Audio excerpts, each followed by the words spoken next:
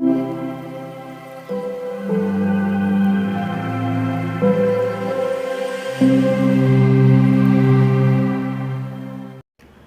Friends, வணக்கம். வாங்க இன்றைக்கி நம்ம வீடியோவில் சூப்பரான ஒரு டீ டைம் ஸ்நாக் ஓமப்பொடி எப்படி பண்ணுறதுன்னு பார்க்கலாம். இந்த ரெசிபி ரொம்ப ஈஸியாக பண்ணிடலாம். நம்ம ஒரு அரை மணி நேரம் டைம் ஸ்பெண்ட் பண்ணி பண்ணால் போதும். ஒரு வாரத்துக்கு தேவையான ஸ்நாக்ஸ் வந்து நம்ம வீட்டிலேயே ரெடி பண்ணிக்கலாம். இந்த மெத்தடில் ட்ரை பண்ணி பாருங்கள். டேஸ்ட்டு, வாசனை எல்லாமே நம்ம கடையில் வாங்குகிற ஓமப்பொடி மாதிரி ரொம்ப சூப்பராக இருக்கும். இப்போ நம்ம இது எப்படி பண்ணுறதுன்னு பார்க்கலாம்.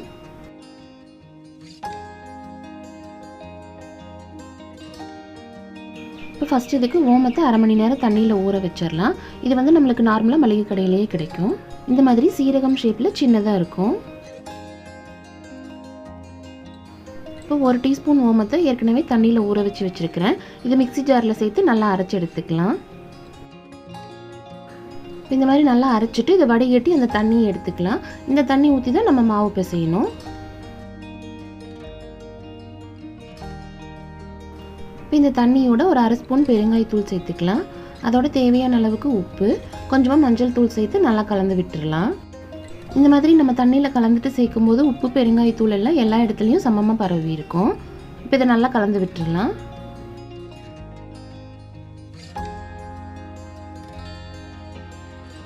இப்போ ஓமப்பொடி செய்கிறதுக்கு 1 கப் அளவுக்கு கடலை மாவு எடுத்துக்கலாம். அதே கப்பில் 1/4 கப் அளவுக்கு அரிசி மாவு எடுத்துக்கலாம். இது ரெண்டையும் கட்டி எதுவும் இல்லாமல் நல்லா சலிச்சு எடுத்துக்கலாம். அப்போ தான் நம்ம மாவு பிசைஞ்சு புளியும் போது ஈஸியாக வரும்.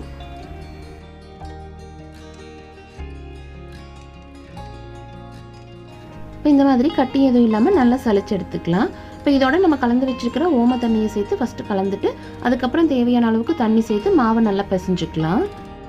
இதோட 2 ஸ்பூன் எண்ணெயும் சேர்த்து நல்லா மாவை பிசைஞ்சிடலாம். இது வந்து சப்பாத்தி மாவை விட கொஞ்சம் தளர்வாக பிசைஞ்சுக்கலாம்.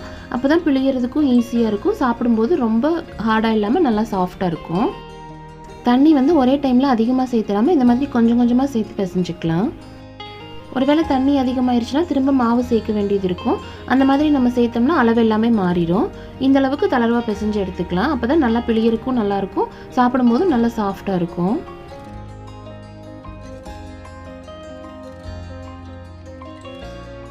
இப்போ முறுக்கு பிடியில் இந்த மாதிரி சேவை வச்சுட்டு நம்ம பிழிஞ்சு எடுத்துக்கலாம். இதில் எல்லா பக்கமுமே நல்லா எண்ணெய் தேய்ச்சி விட்டுடலாம். அப்போ வந்து பிழியறதுக்கு இன்னும் ஈஸியாக இருக்கும். பிடியில் மாவு வைக்கும்போது ஃபுல்லாக வைக்காமல் ஒரு 3/4 வாசிக்கு வச்சுக்கலாம். அப்போ நல்லா ஈஸியாக இருக்கும் பிழியறதுக்கு. இப்போ எண்ணெயை நல்லா சூடு பண்ணிக்கலாம்.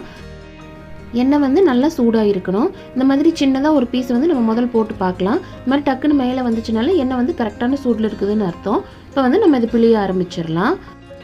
ஸ்டவ்வை வந்து ஒரு மிதமான தீயிலேயே வச்சுக்கலாம். ஹையில் வச்சிட்டோம்னா கரிஞ்சிரும். அளவு ரொம்ப கம்மியான தீயில் வச்சிட்டோம்னா நல்லா வேகாது, ஒரு மாதிரி வதக்குன்னு இருக்கும்.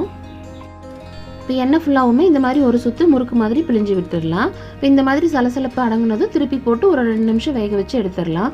இது ரொம்ப சீக்கிரமாக வெந்துடும். இப்போ இந்த மாதிரி சலசலப்பெல்லாம் அடங்குனதுமே எடுத்துட்டு திருப்பி இன்னொரு ரவுண்டு வந்து நம்ம பிழிஞ்சு விட்டுறலாம்.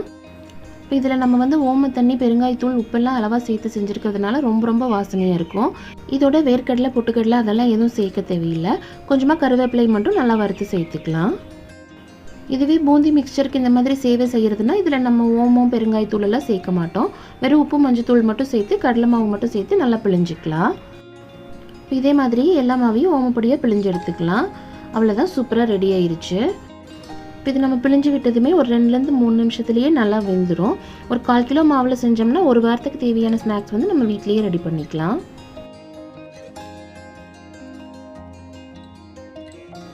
இதோட கொஞ்சமாக கருவேப்பிலையும் நல்லா வறுத்து சேர்த்துக்கலாம்.